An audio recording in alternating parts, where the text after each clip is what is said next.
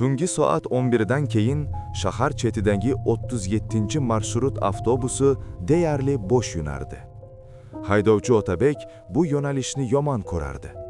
Ko'p yillardan beri oxirgi bekatda hech kim tushmas, lekin har doim bitta chipta yetishmasdi. O'sha kuni ham shunaqa bo'ldi. Oxirgi bekat. Avtobus bo'sh.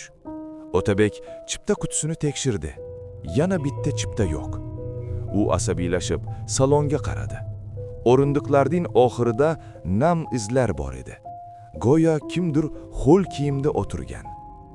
Ertasi kuni dispetcher chaqirdi.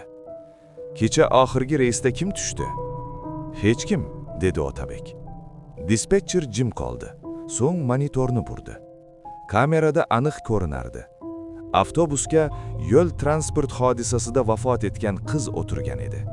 U shu marshrutda 1 yil oldin halok bo'lgan.